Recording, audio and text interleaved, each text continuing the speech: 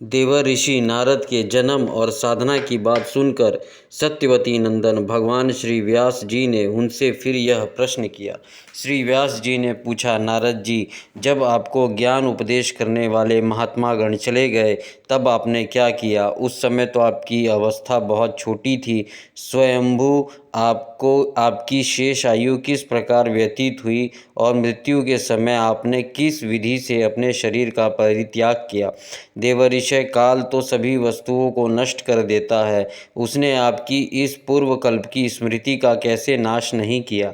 श्री नारद जी ने कहा, मुझे ज्ञान उपदेश करने वाले महात्मा गण जब चले गए तब मैंने इस प्रकार अपना जीवन व्यतीत किया। यद्यपि उसी समय मेरी अवस्था बहुत छोटी थी, मैं अपनी माँ का इकलौता लड़का था। मैं एक तो वह स्त्री थी, दूसरी मूढ़ और तीसरी दासी थी। मुझे भी उसके सिवा और कोई सहारा नहीं था। उसने अपने को मेरे स्नेह पाश से जकड़ रखा था। वह मेरे योग क्षेम की चिंता तो बहुत करती थी, परंतु पराधीन होने के कारण कुछ भी नहीं कर पाती थी। जैसे कठपुतली नचाने वाले की इच्छा के अनुसार ही नाचती है, वैसे ही वह सारा संसार ईश्वर के अधीन है। मैं भी अपने माँ के स्नेह बंधन में बंध कर उस ब्राह्मण बस्ती में ही रहा। मेरी अवस्था केवल 5 वर्ष की थी। मुझे दिशा, देश और काल के संबंध में कुछ भी ज्ञान नहीं था। एक दिन की बात है, मेरी माँ गौ दूहने के लिए रात के समय घर से बाहर निकली। रास्ते में उसके पैर से सांप छू गया। उसने उस बेचारी को डस लिया। उस सांप का क्या दोष, काल की ऐसी ही प्रेरणा थी। मैंने समझा, भक्तों का मंगल चाहने वाले भगवान का यह भी एक अनुग्रह ही है। इसके बाद मैं उत्तर दिशा को और चल पड़ा। उसी और मार्ग में मुझे अनेकों धन धान्य से संपन्न देश, नगर, गांव, अहीरों की चलती फिरती बस्तियां, खाने खेड़े, नदी और पर्वत के तटवर्ती पड़ाव, वाटिकाएं, वन उपवन और रंग बिरंगी धातुओं से युक्त विचित्र पर्वत दिखाई पड़े।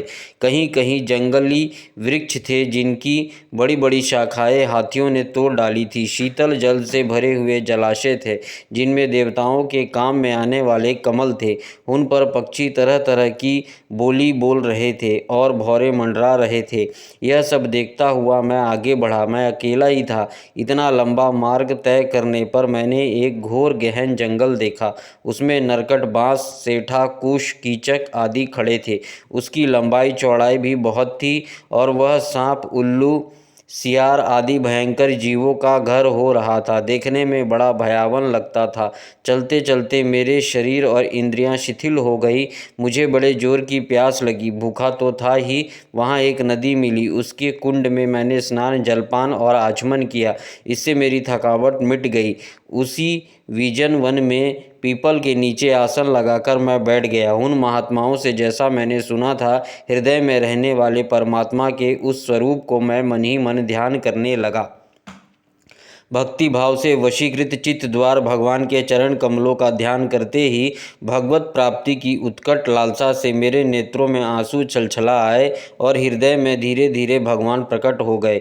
व्यास जी, उस समय प्रेम भाव के अत्यंत उद्रेक से मेरे रोम रोम पुलकित हो उठा। हृदय अत्यंत शांत और शीतल हो गया। उस आनंद की बाढ़ में मैं ऐसा डूब गया कि मुझे अपना और ध्येय वस्तु का तनिक भी भान न रहा। भगवान का वह अनिर्वचनीय रूप समस्त शोकों का नाश करने वाला और मन के लिए अत्यंत लुभावना था। सहसा उसे ना देख मैं बहुत ही विकल हो गया और अनमना सा होकर आसन से उठ खड़ा हुआ। मैंने उस स्वरूप का दर्शन फिर करना चाहा, किंतु मन को हृदय में समाहित करके बार बार दर्शन की चेष्टा करने पर भी मैं उसे नहीं देख सका। मैं अतृप्त के समान आतुर हो उठा। इस प्रकार निर्जन वन में मुझे प्रयत्न करते देख स्वयं भगवान ने, जो वाणी के विषय नहीं है, बड़ी गंभीर और मधुर वाणी से मेरे शोक को शांत करते हुए से कहा, खेद है कि इस जन्म में तुम मेरा दर्शन नहीं कर सकोगे। जिनकी वासनाएं पूर्णतः शांत नहीं हो गई, उन अधकचरे योगियों को मेरे दर्शन अत्यंत दुर्लभ हैं। निष्पाप बालक, तुम्हारे हृदय में मुझे प्राप्त करने की लालसा जागृत करने के लिए मैंने एक बार तुम्हें अपने रूप की झलक दिखाई है। मुझे प्राप्त करने की आकांक्षा से युक्त साधक धीरे धीरे हृदय की संपूर्ण वासनाओं का भली भांति त्याग कर देता है। अल्पकालीन संत सेवा से ही तुम्हारी चित्तवृत्ति मुझ में स्थिर हो गई। अब तुम इस प्राकृतिक मलिन शरीर को छोड़कर मेरे पार्षद हो जाओगे। मुझे प्राप्त करने का तुम्हारा यह दृढ़ निश्चय कभी किसी प्रकार नहीं टूटेगा।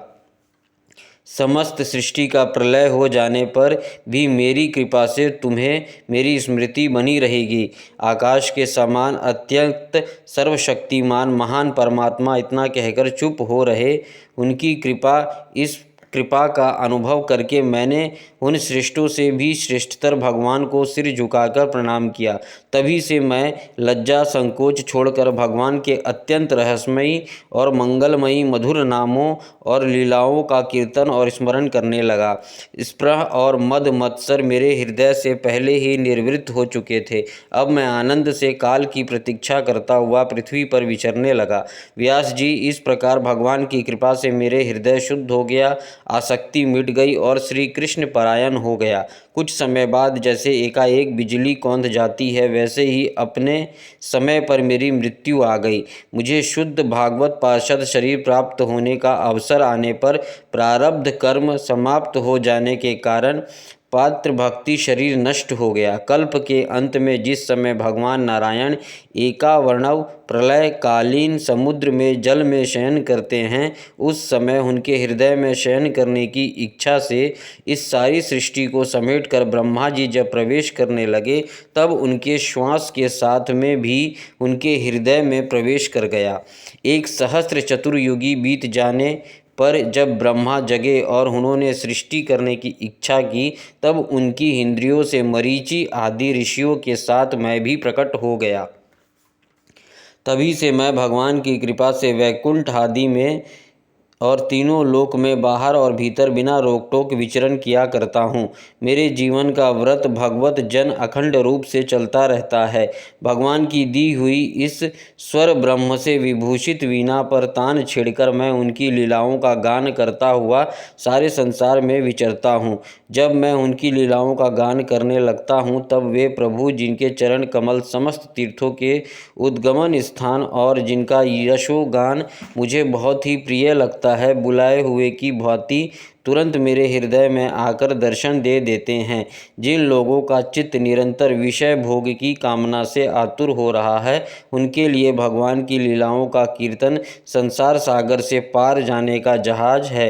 यह मेरा अनुभव है। काम और लोभ की चोट से बार बार घायल हुआ हृदय श्री कृष्ण सेवा से जैसे प्रत्यक्ष शांति का अनुभव करता है, यम नियम आदि योग मार्गों से वैसी शांति नहीं मिल सकती। व्यास जी, आप निष्पाप हैं। आपने मुझसे जो कुछ पूछा था वह सब अपने जन्म और साधना का रहस्य तथा आपकी आत्मसंतुष्टि का उपाय मैंने बतला दिया। श्री सूत जी कहते हैं, शौनकादि ऋषि देवर ऋषि नारद ने व्यास जी से इस प्रकार कहकर जाने की अनुमति ली और वीणा बजाते हुए स्वच्छंद विचरण करने के लिए वे चल पड़े।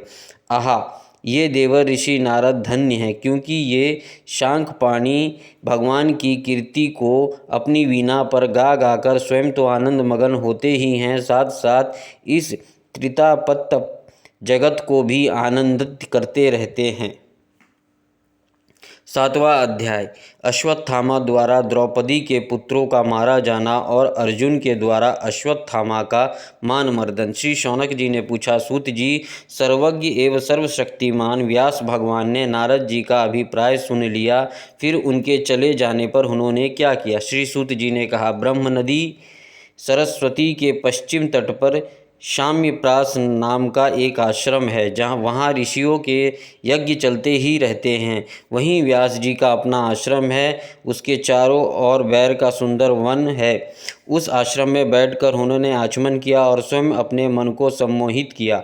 उन्होंने भक्ति योग के द्वारा अपने मन को पूर्णतः एकाग्र और निर्मल करके आदि पुरुष परमात्मा और उनके आश्रय से रहने वाली माया को देखा। इसी माया से मोहित होकर यह जीव तीनों गुणों से अतीत होने पर भी अपने को त्रिगुणात्मक मान लेता है और इस मान्यता के कारण होने वाले अनर्थों को भोगता है। इन अनर्थों की शांति का साक्षात साधन है केवल भगवान का भक्ति योग, परंतु संसार के लोग इस बात को नहीं जानते। यह समझकर उन्होंने इस परमहंसों की संहिता श्रीमद् भागवत की रचना की। इस श्रवण मात्र से पुरुषोत्तम भगवान श्री कृष्ण के प्रति परम प्रेममयी भक्ति हो जाती है, जिससे जीव के शोक मोह और भय नष्ट हो जाते हैं। उन्होंने इस भागवत संहिता का निर्माण और पुनरावृत्ति करके इस अपने निर्वृत्ति परायण पुत्र श्री सुखदेव जी को पढ़ाया। श्री शौनक जी ने पूछा, श्री सुखदेव जी तो अत्यंत निर्वृत्ति परायण हैं, उन्हें किसी भी वस्तु की अपेक्षा नहीं है, वे सदा आत्मा में ही रमण करते हैं, फिर उन्होंने किस लिए इस विशाल ग्रंथ का अध्ययन किया?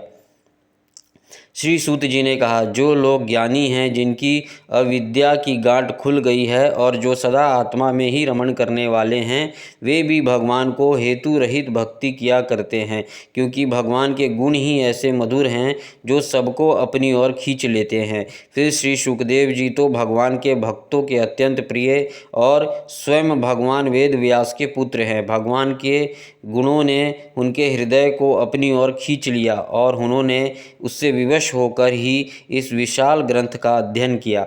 शौनक जी, अब मैं राज ऋषि परीक्षित के जन्म, कर्म और मोक्ष की तथा पांडवों के स्वर्गारोहण की कथा कहता हूँ, क्योंकि इन्हीं से भगवान श्री कृष्ण की अनेकों कथाओं का उदय होता है। जिस समय महाभारत युद्ध में कौरव और पांडव दोनों पक्षों के बहुत ही वीर गति को प्राप्त हो चुके थे और भीमसेन की गदा के प्रहार से दुर्योधन की जांघें टूट चुकी थी, तब अश्वत्थामा ने अपने स्वामी दुर्योधन का प्रिय कार्य समझकर द्रौपदी के सोते हुए पुत्रों के सिर काटकर उसे भेंट किए। यह घटना दुर्योधन को भी अप्रिय ही लगी, क्योंकि ऐसे नीच कर्म की सभी निंदा करते हैं। उन बालकों की माता द्रौपदी अपने पुत्रों का निधन सुनकर अत्यंत दुखी हो गई। उसकी आंखों में आंसू छलछला आए, वह रोने लगी। अर्जुन ने उन्हें सांत्वना देते हुए कहा, कल्याणी, मैं तुम्हारे आंसू तब पोंछूंगा जब उस आताताई ब्राह्मण धम का सिर गांडीव धनुष के बाणों से काट कर तुम्हें भेंट करूंगा, और पुत्रों की अंत्योष्टि क्रिया के बाद तुम उस पर पैर रखकर स्नान करोगी। अर्जुन ने इन मीठी और विचित्र बातों से द्रौपदी को सांत्वना दी और अपने मित्र भगवान श्री कृष्ण की सलाह से उन्हें सारथी बनाकर कवच धारण कर और अपने भयानक गांडीव धनुष को लेकर वे रथ पर सवार हुए तथा गुरुपुत्र अश्वत्थामा के पीछे दौड़ पड़े। बच्चों की हत्या से अश्वत्थामा का भी मन उद्विग्न हो गया। जब उसने दूर से ही देखा कि अर्जुन मेरी ओर झपटे हुए आ रहे हैं, तब वह अपने प्राणों की रक्षा के लिए पृथ्वी पर जहाँ तक भाग सकता था रुद्र से भयभीत सूर्य की भांति भागता रहा। जब उसने देखा कि मेरे रथ के घोड़े थक गए हैं और मैं बिल्कुल अकेला हूँ, तब उसने अपने को बचाने के लिए एकमात्र साधन ब्रह्मास्त्र ही समझा। यद्यपि उसे ब्रह्मास्त्र को लौटाने की विद्या मालूम न थी, फिर भी प्राण संकट देखकर उसने आचमन किया और ध्यानस्थ होकर ब्रह्मास्त्र का साधन किया। उस अस्त्र से सब दिशा में एक बड़ा प्रचंड तेज फैल गया। अर्जुन ने देखा कि अब तो मेरे प्राणों पर ही आ बनी। तब उन्होंने श्री कृष्ण से प्रार्थना की। अर्जुन ने कहा, श्री कृष्ण, तुम सच्चिदानंद स्वरूप परमात्मा हो, तुम्हारी शक्ति अनंत है, तुम ही भक्तों को अभय देने वाले हो। जो संसार की धधकती हुई आग में जल रहे हैं, उन जीवों का उससे उबारने वाले एकमात्र तुम ही हो। तुम प्रकृति से पैर रहने वाले आदि पुरुष साक्षात परमेश्वर हो। अपनी चित्त शक्ति से बहिरग्न और त्रिगुणमयी माया को दूर भगाकर अपने अद्वितीय स्वरूप में स्थित हो। वहीं तुम अपने प्रभाव से माया मोहित जीवों के लिए धर्म आदि रूप कल्याण का विधान करते हो। तुम्हारा यह अवतार पृथ्वी का भार हरण करने के लिए है और तुम्हारी अनन्य प्रेमी भक्ति जनों के निरंतर स्मरण ध्यान करने के लिए है। स्वयं प्रकाश स्वरूप श्री कृष्ण, यह भयंकर तेज सब ओर से मेरी ओर आ रहा है। यह क्या है, कहाँ से क्यों आ रहा है, इसका मुझे बिल्कुल पता नहीं। भगवान ने कहा, अर्जुन, यह अश्वत्थामा का चलाया हुआ ब्रह्मास्त्र है। यह बात समझ लो कि प्राण संकट उपस्थित होने से उसने इसका प्रयोग तो कर दिया, परंतु वह इस अस्त्र को लौटाना नहीं जानता। किसी भी दूसरे अस्त्र में इसको दबा देने की शक्ति नहीं है। तुम शास्त्रार्थ विद्या का भली भांति जानते हो। ब्रह्मास्त्र के तेज से ही इस ब्रह्मास्त्र की प्रचंड आग को बुझा दो। सूत जी कहते हैं, अर्जुन विपक्षी वीरों के मारने में बड़े प्रवीण थे। भगवान की बात सुनकर उन्हें आचमन किया और भगवान के परिक्रमा करके ब्रह्मास्त्र का निवारण के लिए ब्रह्मास्त्र का ही संधान किया। बाणों से वेष्टित उन दोनों ब्रह्मास्त्रों के तेज प्रलयकालीन सूर्य एवं अग्नि के समान आपस में टकराकर सारे आकाश और दिशाओं में फैल गए और बढ़ने लगे। तीनों लोकों की जलाने वाली उन दोनों अस्त्रों की बढ़ी हुई लपेटों से प्रजा जलने लगी और उसे देखकर सबने यही समझा कि यह प्रलय काल की सर्वार्थिक अग्नि है। उस आग से प्रजा का और लोकों का नाश होते देख भगवान की अनुमति से अर्जुन ने उन दोनों को ही लौटा लिया। अर्जुन की आंखें क्रोध से लाल हो रही थी। उन्होंने झपट कर उस क्रूर अश्वत्थामा को पकड़ लिया और जैसे कोई रस्सी से पशु को बांध ले वैसे ही बांध लिया। अश्वत्थामा के बलपूर्वक बांधकर अर्जुन ने जब शिविर की ओर ले जाना चाहा तब उनसे कमल नयन भगवान श्री कृष्ण कुपित होकर कहा, अर्जुन, इस ब्राह्मण अधम को छोड़ना ठीक नहीं है, इसको तो मार ही डालो। इसने रात में सोए हुए निरपराध बालकों की हत्या की है। धर्मवेता पुरुष, असावधान मत वाले पागल, सोए हुए बालक, स्त्री, विवेक ज्ञान शून्य, शरणागत, रथहीन और भयभीत शत्रु को कभी नहीं मारते, परंतु जो दुष्ट और क्रूर पुरुष दूसरों को मारकर अपने प्राणों का पोषण करता है उसका तो वध ही उसके लिए कल्याणकारी है, क्योंकि वैसी आदतों को लेकर यदि वह जीता है तो और भी पाप करता है और उन पापों के कारण नरकगामी होता है। फिर मेरे सामने ही तुमने द्रौपदी से प्रतिज्ञा की थी कि मानवंती, जिसने तुम्हारे पुत्र को वध किया उसके सिर मैं उतार लाऊंगा। इस पापी कुलाकार आताताई ने तुम्हारे पुत्र का वध किया है और अपने स्वामी दुर्योधन को भी दुख पहुंचाया है, इसलिए अर्जुन, इसे मार ही डालो। भगवान श्री कृष्ण ने अर्जुन के धर्म की परीक्षा लेने के लिए इस प्रकार प्रेरणा की, परंतु अर्जुन का हृदय महान था। यद्यपि अश्वत्थामा ने उनके पुत्रों की हत्या की थी, फिर भी अर्जुन के मन में गुरु पुत्र को मारने की इच्छा नहीं हुई। इसके बाद अपने मित्र और सारथी श्री कृष्ण के साथ वे अपने युद्ध शिविर में पहुँचे। वहाँ अपने मृत पुत्रों के लिए शोक करती हुई द्रौपदी को उसे सौंप दिया। द्रौपदी ने देखा कि अश्वत्थामा पशु की तरह बांधकर लाया गया है। निंदित कर्म करने के कारण उसका मुख नीचे की ओर झुका हुआ है। अपना अनिष्ट करने वाले गुरुपुत्र अश्वत्थामा को इस प्रकार अपमानित देखकर द्रौपदी का कोमल हृदय कृपा से भर आया और उसने अश्वत्थामा को नमस्कार किया। गुरुपुत्र का इस प्रकार बांधकर लाया जाना सती द्रौपदी को सहन नहीं हुआ। उसने कहा, छोड़ दो, इन्हें छोड़ दो। ये ब्राह्मण हैं, हम लोगों के अत्यंत पूजनीय हैं, जिनकी कृपा से आपने रहस्य के साथ सारे धनुर्वेद और प्रयोग तथा उपसंहार के साथ संपूर्ण शास्त्रों का ज्ञान प्राप्त किया। वे आपके आचार्य द्रोण ही पुत्र के रूप में आपके सामने खड़े हैं। उनकी अर्धांगिनी कृपि अपने वीर पुत्र की ममता से ही अपने पति का अनुगमन नहीं कर सकी। वे अभी जीवित है। महाभाग्यवान आर्यपुत्र, आप तो बड़े धर्मज्ञ हैं। जिस गुरुवंश की नित्य पूजा और वंदना करनी चाहिए उसी को व्यथा पहुंचाना आपका योग्य कार्य नहीं है। जैसे अपने बच्चों के मर जाने से मैं दुखी होकर रो रही हूँ और मेरी आंखों से बार बार आंसू निकल रहे हैं, वैसे ही इनके माता पतिव्रता गौतमी रोई। जो उछलकाल राजा अपने कुकृत्यों से ब्राह्मण कुल को कुपित कर देते हैं, वह कुपित ब्राह्मण कुल उन राजाओं को सपरिवार शोकाग्नि में डालकर शीघ्र ही भस्म कर देता है। सूत जी ने कहा, शौनक आदि ऋषि द्रौपदी की बात धर्म और न्याय के अनुकूल थी। उसमें कपट नहीं था, करुणा और समता थी। अतएव राजा युधिष्ठिर ने रानी के हीन हित भरे श्रेष्ठ वचनों का अभिनंदन किया। साथ ही नकुल, सहदेव, सात्विक, अर्जुन, स्वयं भगवान श्री कृष्ण और वहां पर उपस्थित सभी नर नारियों ने द्रौपदी की बात का समर्थन किया। उस समय क्रोधित होकर भीमसेन ने कहा, जिसने सोते हुए बच्चों को अपने लिए और ना अपने स्वामी के लिए बल्कि व्यर्थ ही मार डाला, उसका तो वध ही उत्तम है। भगवान श्री कृष्ण द्रौपदी और भीमसेन की बात सुनकर और अर्जुन की ओर देखकर कुछ हंसते हुए से कहे। भगवान श्री कृष्ण बोले, पतित ब्राह्मण का भी वध नहीं करना चाहिए, आताताई को मार ही डालना चाहिए। शास्त्रों में मैंने ही ये दोनों बातें कही हैं, इसलिए मेरे दोनों आज्ञाओं का पालन हो। तुमने द्रौपदी की संतावना देते समय जो प्रतिज्ञा की थी उसे भी सत्य करो, साथ ही भीमसेन, द्रौपदी और मुझे जो प्रिय हो वह भी करो। सूत जी कहते हैं, अर्जुन भगवान के हृदय की बात तुरंत ताड़ गए और उन्होंने अपनी तलवार से अश्वत्थामा के सिर की मणि उसके बालों के साथ उतार ली। बालकों की हत्या करने से वह श्रीहीन तो पहले से ही हो गया, अब मणि और ब्रह्म तेज से भी रहित हो गया। इसके बाद उन्होंने रस्सी का बंधन खोलकर उसके शिविर से निकाल दिया। मूड देना, धन छीन लेना और स्थान से बाहर निकाल देना, यह ब्राह्मण अधमों का वध है। उनके लिए इससे भिन्न शारीरिक वध का विधान नहीं है। पुत्रों की मृत्यु से द्रौपदी और पांडव सभी शोकातुर हो रहे थे।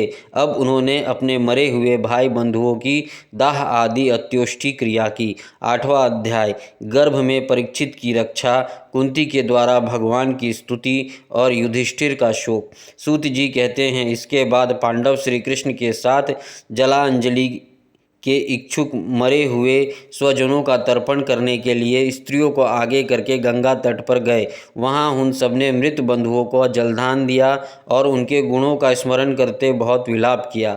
तदनंतर भगवान के चरण कमलों की धूली पवित्र गंगा जल में पुनः स्नान किया। वहां अपने भाइयों के साथ कुरुपति महाराज युधिष्ठिर, धृतराष्ट्र, पुत्र शोक से व्याकुल गंधारी, कुंती और द्रौपदी सब बैठकर मरे हुए स्वजनों के लिए शोक करने लगी। भगवान श्री कृष्ण ने धौम्य आदि मुनियों के साथ उनको सांत्वना दी और समझाया कि संसार के सभी प्राणी काल के अधीन हैं, मौत से किसी को कोई बचा नहीं सकता। इस प्रकार भगवान श्री कृष्ण ने अजातशत्रु महाराज युधिष्ठिर को उनका वह राज्य जो धूर्तों ने छल से छीन लिया था वापस दिलाया तथा द्रौपदी के केशों के स्पर्श करने से जिनकी आयु क्षीण हो गई थी उन दुष्ट राजाओं का वध कराया।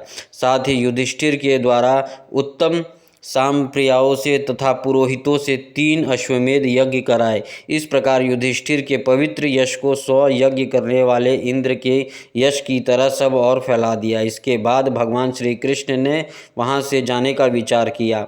उन्होंने इसके लिए पांडव से विदा ली और व्यास आदि ब्राह्मण को सत्कार किया। उन लोगों ने भी भगवान का बड़ा ही सम्मान किया। तदनंतर सत्यकी और उद्धव के साथ द्वारका जाने के लिए वे रथ पर सवार हुए। उसी समय उन्होंने देखा कि उत्तरा भय से विकल होकर सामने से दौड़ी चली आ रही है। उत्तरा ने कहा, देवादिदेव जगदीश्वर, आप महायोगी हैं, आप मेरी रक्षा कीजिए, रक्षा कीजिए। आपके अतिरिक्त इस लोक में मुझे अभय देने वाला और कोई नहीं है, क्योंकि यह सभी परस्पर एक दूसरे की मृत्यु के निमित्त बन रहे हैं। प्रभो, आप सर्वशक्तिमान हैं। यह दहकते हुए लोहे का बाण मेरी ओर दौड़ा रहा है। स्वामिन, यह मुझे भले ही जला डाले परंतु मेरे गर्भ को नष्ट ना कर पाए, ऐसी कृपा कीजिए। सूत जी कहते हैं, भक्त वत्सल भगवान श्री कृष्ण उसकी बात सुनते ही जान गए कि अश्वत्थामा ने पांडवों के यश को निर्विज करने के लिए ब्रह्मास्त्र का प्रयोग किया है। शौनक जी, उस समय पांडवों ने भी देख लिया जलते हुए 5 बाण हमारी ओर आ रहे हैं, इसलिए उन्होंने भी अपने अपने अस्त्र उठा लिए।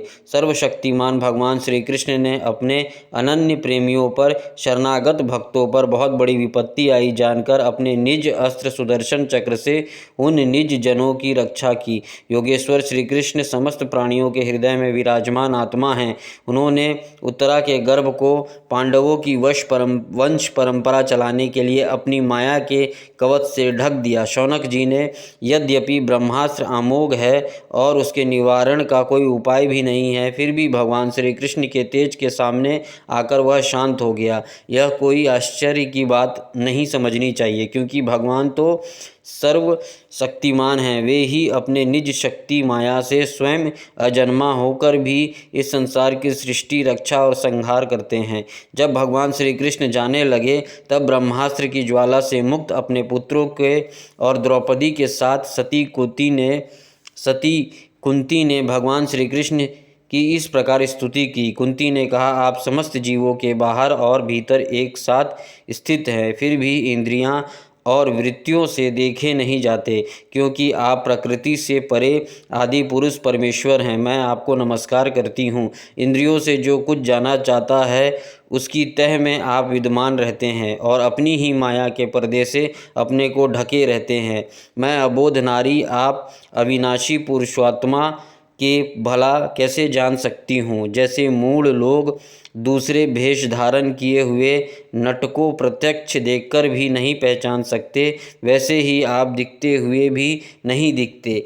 आप शुद्ध हृदय वाले विचारशील जीवन मुक्त परमहंसों के हृदय में अपनी प्रेममयी भक्ति का सृजन करने के लिए अवतीर्ण हुए हैं। फिर हम अल्पबुद्धि स्त्रियां आपको कैसे पहचान सकती हैं। आप श्री कृष्ण वासुदेव देवकी नंदन नंद गोपाल के लाडले लाल गोविंद को हमारा बारंबार प्रणाम है, जिनकी नाभि से ब्रह्मा का जन्म स्थान कमल प्रकट हुआ है, जो सुंदर कमलों की माला धारण करते हैं, जिनके नेत्र कमल के समान विशाल और कोमल हैं, जिनके चरण कमलों में कमल का चिन्ह है। श्री कृष्ण, ऐसे आपको मेरा बार बार नमस्कार है। ऋषिकेश जैसे आपने दुष्ट कंस के द्वारा कैद की हुई और चिरकाल से शोकग्रस्त देवकी की रक्षा की थी, वैसे ही पुत्रों के साथ मेरी भी आपने बार बार विपत्तियों से रक्षा की। आप ही हमारे स्वामी हैं, आप सर्वशक्तिमान हैं। श्री कृष्ण, कहाँ तक गिनाऊं। विष से, लाक्षागृह की भयानक आग से, हिडिम्बादी राक्षसों की दृष्टि से, दुष्टों की धृत सभा से, वनवास की विपत्तियों से और अनेक बार के युद्धों में अनेक महारथियों के शास्त्रों से और अभी अभी इस अश्वत्थामा के ब्रह्मास्त्र से भी आपने ही हमारी रक्षा की। जगत गुरु, हमारे जीवन में सर्वदा पद पद पर विपत्तियां आती रहे, क्योंकि विपत्तियों में ही निश्चित रूप से आपके दर्शन हुआ करते हैं और आपके दर्शन हो जाने पर फिर जन्म मृत्यु के चक्कर में नहीं जाना पड़ता। ऊंचे कुल में जन्म, ऐश्वर्य, विद्या और संपत्ति के कारण जिसका घमंड बढ़ रहा है, वह मनुष्य तो आपका नाम भी नहीं ले सकता, क्योंकि आप तो उन लोगों को दर्शन देते हैं जो अकिंचन हैं। आप निर्धनों के परम धन हैं। माया का प्रपंच आपका स्पर्श भी नहीं कर सकता। आप अपने आप में ही विहार करने वाले परम शांत स्वरूप हैं। आप ही केवल्य मोक्ष के अधिपति हैं। आपको मैं बार बार नमस्कार करती हूँ। मैं आपको अनादि अनंत सर्वव्यापक सबके निमंता काल रूप परमेश्वर समझती हूँ। संसार के समस्त पदार्थ और प्राणी आपस में टकराकर विषमता के कारण परस्पर विरुद्ध हो रहे हैं, परंतु आप सब में समान रूप से विचर रहे हैं। भगवान, आप जब मनुष्य की सी लीला करते हैं तब आप क्या करना चाहते हैं यह कोई नहीं जानता। आपका कभी कोई ना प्रिय है ना अप्रिय। आपके संबंध में लोगों की बुद्धि ही विषम हुआ करती है। आप विश्व के आत्मा हैं, विश्वरूप हैं। ना आप जन्म लेते हैं ना कर्म ही करते हैं, फिर भी पशु पक्षी मनुष्य ऋषि जलचर आदि में आप जन्म लेते हैं और उन योनियों के अनुरूप दिव्य कर्म भी करते हैं। यह आपकी लीला ही तो है। जब बचपन में आपने दूध की मटकी फोड़कर यशोदा मैया को खिजा दिया था और उन्होंने आपको बंधन में बांधने के लिए हाथों से रस्सी ली थी, तब आपकी आंखों में आंसू छलक आए थे। काजल कपोलों पर वह चला था, नेत्र चंचल हो रहे थे और भय की भावना से आपने अपने मुख को नीचे की ओर झुका लिया। आपके उस दशा को देखकर लीला छवि का ध्यान करके मैं मोहित हो जाती हूँ। भला जिससे भय भी भय मानता हो, उसकी यह दशा आपने अजन्मा होकर भी जन्म क्यों लिया? इसका कारण बतलाते हुए कोई महापुरुष यूँ कहते हैं कि जैसे मलयालचल की कीर्ति का विस्तार करने के लिए उसमें चंदन प्रकट होता है, वैसे ही आपने प्रिय भक्त पुण्य श्लोक राजा यदु की कीर्ति का विस्तार करने के लिए ही आपने उनके वंश में अवतार ग्रहण किया।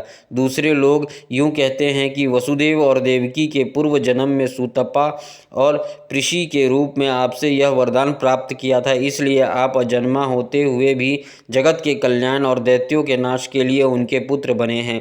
कुछ और लोग यूँ कहते हैं कि पृथ्वी दैत्यों के अत्यंत भार से समुद्र में डूबते हुए जहाज की तरह डगमगा रही थी, पीड़िता हो रही थी। तब ब्रह्मा की प्रार्थना से उसका भार उतारने के लिए आप प्रकट हुए। कोई महापुरुष यूँ कहते हैं कि जो लोग इस संसार में अज्ञान, कामना और कर्मों के बंधन में जकड़े हुए पीड़ित हो रहे हैं, उन लोगों के लिए श्रवण और स्मरण करने योग्य लीला करने के विचार से ही आपने अवतार ग्रहण किया। भक्तजन बार बार आपके चरित्र का श्रवण, गान, कीर्तन एवं स्मरण करके आनंदित होते रहते हैं। वे ही अविलंब आपके उस चरण कमल का दर्शन कर पाते हैं जो जन्म मृत्यु के प्रवाह को सदा के लिए रोक देता है। भक्त वत्सल कल्पत्रु प्रभो, क्या अब आप अपने आश्रित और संबंधी हम लोगों को छोड़कर जाना चाहते हैं? आप जानते हैं कि आप चरण कमलों के अतिरिक्त हमें और किसी का सहारा नहीं है। पृथ्वी के राजाओं को तो हमें यूं ही विरोधी हो गए हैं। जैसे जीव के बिना इंद्रियां शक्तिहीन हो जाती हैं, वैसे ही आपका दर्शन बिना यदुवंशियों के और हमारे पुत्र पांडवों के नाम तथा रूप का अस्तित्व ही क्या रह जाता है। गदाधर, आपके विलक्षण चरणों चिन्ह से चिन्हित और यह पूरा जंगल देश की भूमि आज जैसे शोभायमान हो रही है, वैसे आपके चले जाने के बाद ना रहेगी। आपकी दृष्टि के प्रभाव से ही यह देश पकी हुई फसल तथा लता वृक्षों से समुद्र हो रहा है। ये वन, पर्वत, नदी और समुद्र भी आपकी दृष्टि से ही वृद्धि को प्राप्त हो रहे हैं।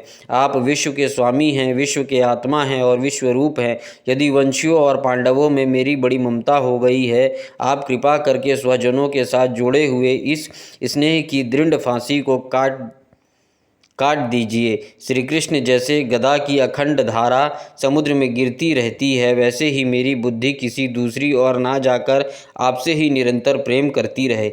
श्री कृष्ण अर्जुन के प्यारे सखा यदु वंश शिरोमणि, आप पृथ्वी के भार रूप रजोवेशधारी दैत्यों को जलाने के लिए अग्नि स्वरूप हैं। आप शक्ति अनंत हैं। गोविंद, आपका यह अवतार गो, ब्राह्मण और देवताओं के दुख मिटाने के लिए ही है।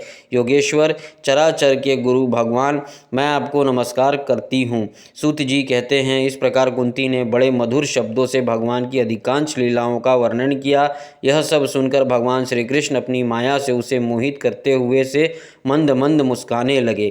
उन्होंने कुंती से कह दिया, अच्छा ठीक है, और रथ के स्थान से वे हस्तिनापुर लौट आए। वहाँ कुंती और सुभद्रा आदि देवियों से विदा लेकर जब वे जाने लगे, तब राजा युधिष्ठिर ने बड़े प्रेम से उन्हें रोक लिया। राजा युधिष्ठिर को अपने भाई बंधुओं के मारे जाने का बड़ा ही शोक हो रहा था। भगवान की लीला का मर्म जानने वाले व्यास आदि महर्षियों ने और स्वयं अद्भुत चरित्र करने वाले भगवान श्री कृष्ण भी उनके इतिहास कहकर उन्हें समझाने की बहुत चेष्टा की, परंतु उन्हें संतावना ना मिली, उनका शोक ना मिटा। शौनक आदि ऋषि धर्मपुत्र राजा युधिष्ठिर को अपने स्वजनों के वध से बड़ी चिंता हुई। वे अविवेक युक्त चित्त से स्नेह और मोह के वश में होकर कहने लगे, भला मुझे दुरात्मा के हृदय में बुद्धमल हुए इस अज्ञान को तो देखो। मैंने सियार कुत्तों के आहार इस अनात्मा शरीर के लिए अनेक अक्षयिणी सेना का नाश कर डाला। मैंने बालक, ब्राह्मण, संबंधी, मित्र, चाचा, ताऊ, भाई, बंधु और गुरुजनों से द्रोह किया।